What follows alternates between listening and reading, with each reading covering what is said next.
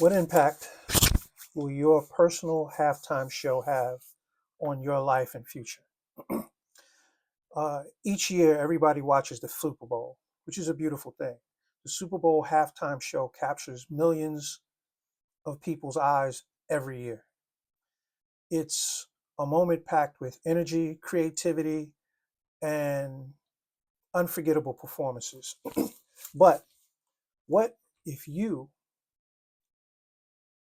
thought about your own halftime, your own personal halftime show? What would your halftime show look like? More importantly, what impact would it have on your life and your future? This is an invitation for us to pause and reflect and consider how we use the middle moments of our life, of our journey, to actually shape what comes next. The understanding of your personal halftime show. The halftime show, as I said, is a football game, and it marks the midpoint or breaking point of the action that's going on in that particular game. And it's a chance also to recharge, the opportunity to express to the audience something memorable.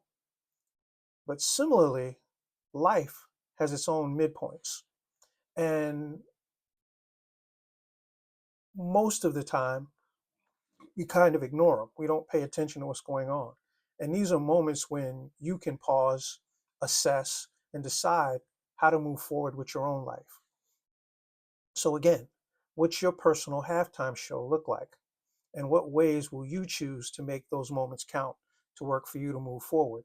I mean, think about it. Think about it for just a second.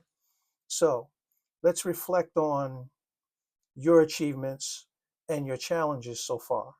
How about reassessing your goals and your priorities, showcasing your talents, strengths, and looking at them in new ways that you can grow and develop, inspiring yourself and others to keep pushing forward.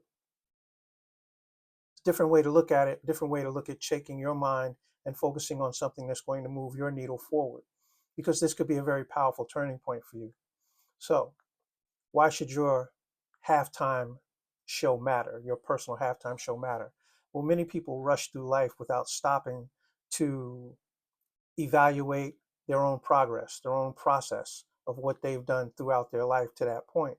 So your halftime concept, it basically encourages individuals to reflect on their actions, on what they've done, on what they've accomplished, and then look back, appreciate it, be gratified in what the fact that you have accomplished. Because most of us don't even realize how much we've done throughout any time of the year or throughout the years as a whole, so it matters.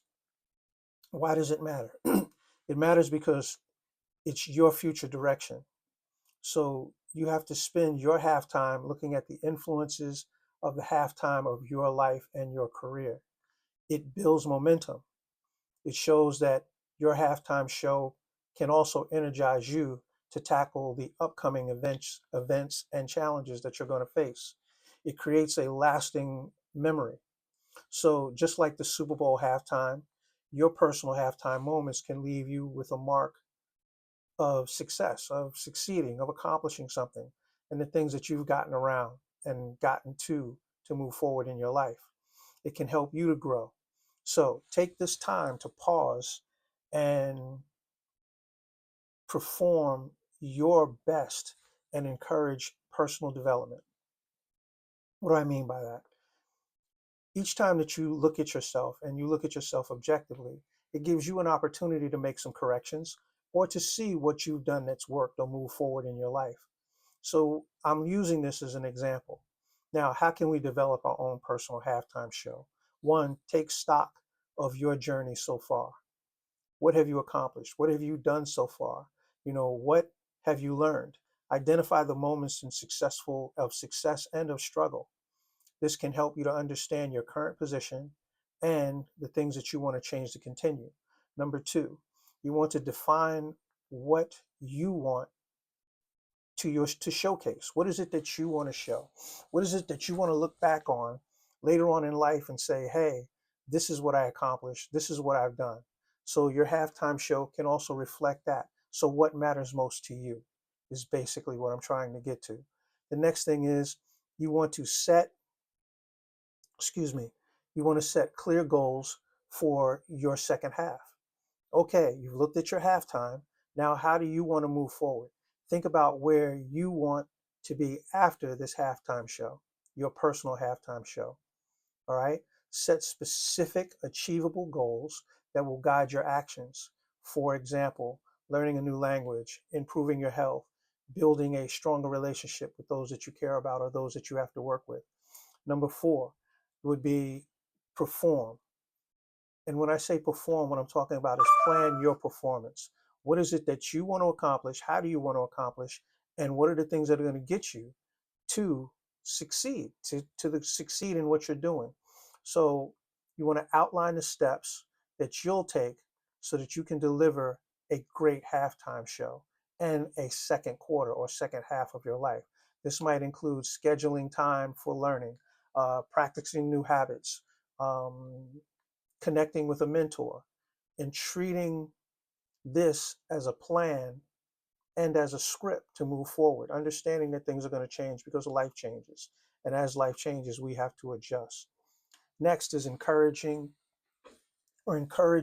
your audience.